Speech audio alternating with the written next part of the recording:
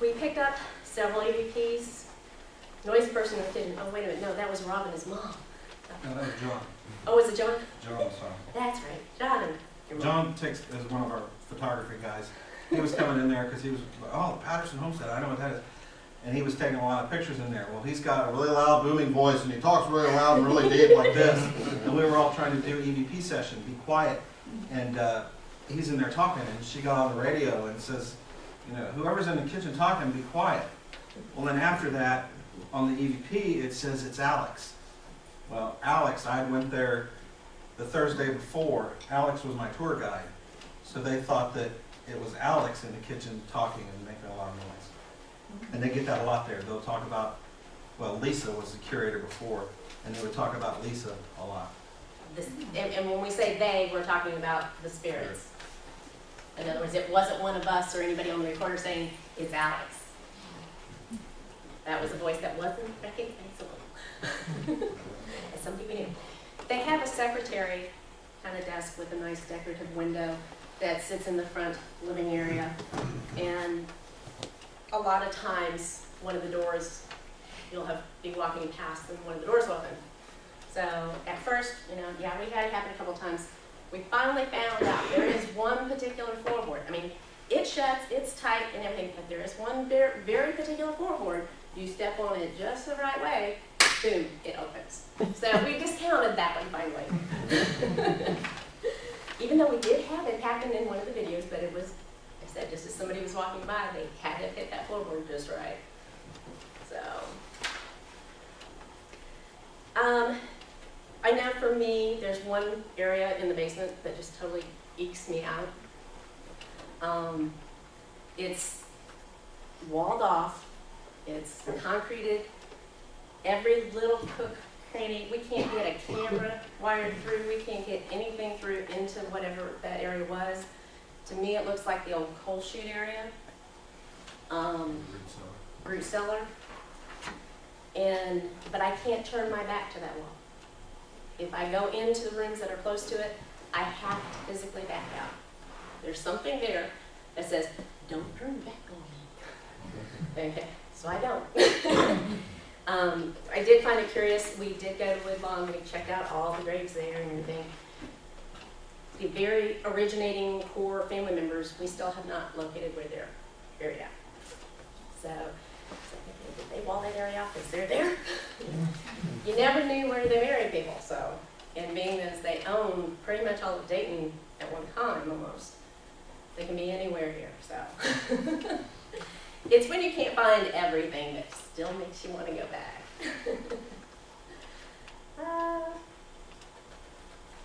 I think that's pretty much Patterson. Yeah. The Imes Homestead is in Trotwood, Ohio. Yeah, I got to read this time. On Union. It, again, was also built in the 1800s, around 1830. It's an old two-story house on Broadway. Has been in the Imes family. Imes being the Imes food people from up Lewisburg and all that area that did all the dog food and everything. There are rumors that the homestead was involved in the Underground Railroad. There are tunnels and things and hiding places in the house. There is the white ring around the chimney top that indicates it's a, quote, safe place. Its veranda, patio, so to speak, faces the direction that if you're coming, you knew it was a home that you could go to. That's the second Underground Railroad site that we've been involved in investigating. The first was a tavern, actually it was a Colorado Ferry House in its origins in the 1800s, down in Cincinnati, so it's like, yeah. Underground Railroad, for the younger people that may not know, was part of the slave trade.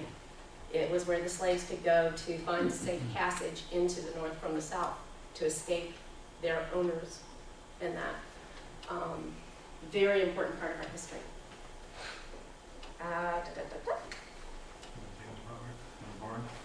Yeah, the other thing that goes on there besides just the normal, oops, I feel this, watching me and things like that, are that a gentleman hung himself out in the barn and that from time to time you go out and you'll see him swinging. So, I unfortunately didn't get to be there for that night of investigation, so I don't know exactly how things went and how they came off other than what we've seen on the website. Let's see, they did the investigation in the barn first, and they had a few strange noises and shadows moving about, but nothing in particular. Don did a part in the basement and asked if they wanted us to leave and let us know with the span, and within about a minute, the cameras all powered off. And you're like, okay, wait a minute, you do want us to go? We'll do that, you know, tell us, do you want us here, do you not want us here, you know, tell us your name, do this, that. Just all, you know, fun stuff, so. Isn't the caboose one? Yeah, I do the caboose. I love the caboose. A little bit about that. Yeah. Yeah. The other part of the Iron's history, or the Trotwood history, is the caboose. If you've been through Trotwood in the middle of town, there's this just train caboose sitting there. And there is history with it that it was involved in a number of accidents, and that a couple of the crew members actually died in a fiery accident in the caboose. And they've painted it a number of times, and there's a certain area that will not take the paint. It doesn't matter what type of paint they use, how they try to prep it, anything they've done, it will not hold paint. And that's the area that they say that the old coal stove sat in, and that's where the fire originated that caused the deaths and everything. And yeah, I get that good feeling. I go back in that area and it's like, yeah, I didn't know you're here. And we actually enjoyed that one. I mean, it's very small, so you can only get like a couple of people in at a time and everything. We did have a couple of little camera blips that were unexplainable. Same camera, a couple of seconds back to back. Whenever you're taking pictures for the purpose of an investigation, you don't want to just snap one and go somewhere else and snap another. You want to take a series in one exact spot, because you may have something there one time, but not again. And it can come in the middle, come in the beginning, again. So you try to find those anomalies. Patty's Hollow.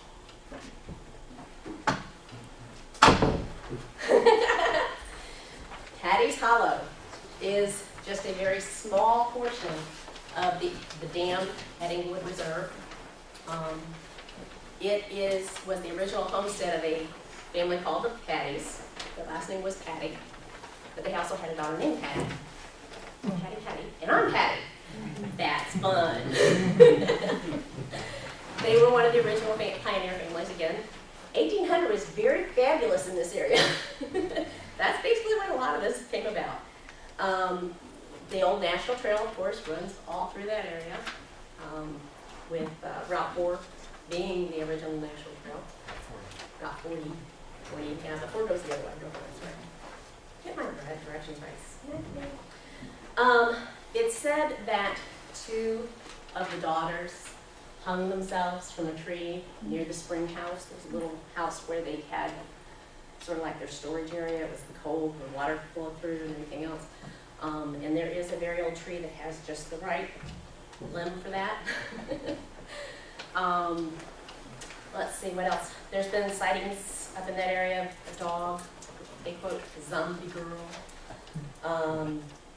Cars, I mean, the dam area is very infamous for all kinds of activity. The dam itself was constructed during the 1920s. It's said that the spring house was used at that time for bootlegging, because coming from that side, they wouldn't have a way across, so they could just slip back in there, and you know, no one ever knew what they were doing back there. What is left of the house when we were there was the foundation of the master house with a bit of the wall coming around, and it was all overgrown. It looked like they were throwing road construction, anything back in there. The spring house was the most intact structure, and actually most spring houses used to sit just below the houses, but in this case, this one sat further up on the hill.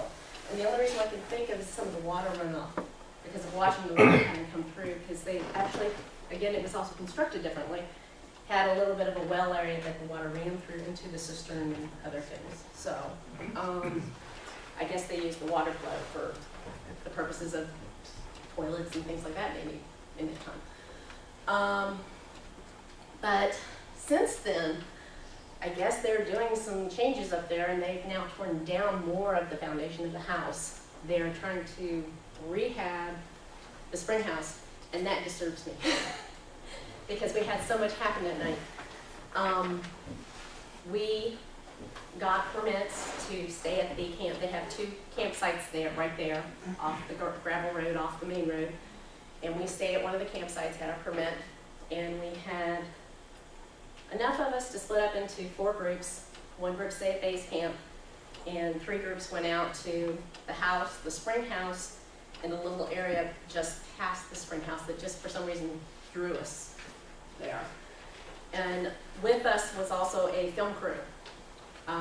They were 2 students from Wright State doing their paper and stuff and their story on ghost hunting. So they came along with us, and so they got some film footage and stuff. And we didn't get a whole lot. There were a few little things, a little bit of EVP, I think, on one. A lot of fog from time to time. I had an incident where I'm sitting on the wall at the house, and I hear, for the first time in one, yeah, I felt that somebody behind me, and all of a sudden there was a footstep. Like someone was coming to jump over the wall and come like over top of me. I'm like, yeah, go ahead.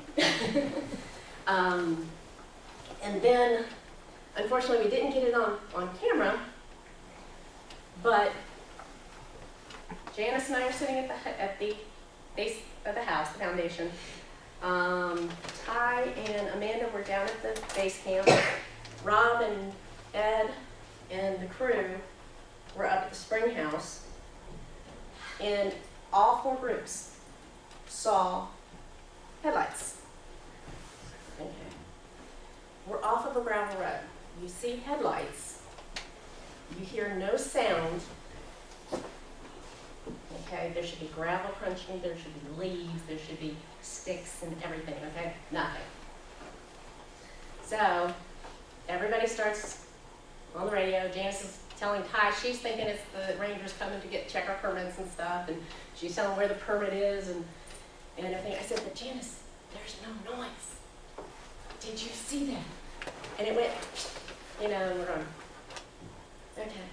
And actually, Ty and them, from their point, saw 2 sets of headlights. Okay, so it's like a car chasing a car. And we're all going around about it. Then we get back to camp, we're talking about it. Several of us go up and walk all the areas. There's no road close enough to get headlights from. There's nothing that you can put, why did this happen? So,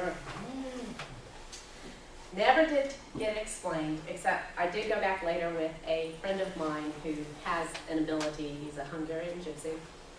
And I didn't tell him details. I just told him I was going back because I wanted to prep for my presentation and stuff, and just wanted to kind of go back and visit the area again. And I had mentioned something about headlights, and we got down to the camp, and he all of a sudden just goes off on me. You did see headlights. Yeah, da, da. And that's, we found out more about the bootlegging and things, and he said it could have been the car from one of the bootlegging activities, and he said one of the guys got shot and this and that. So I was like, that's more than I wanted to know right now. So never discount what you see.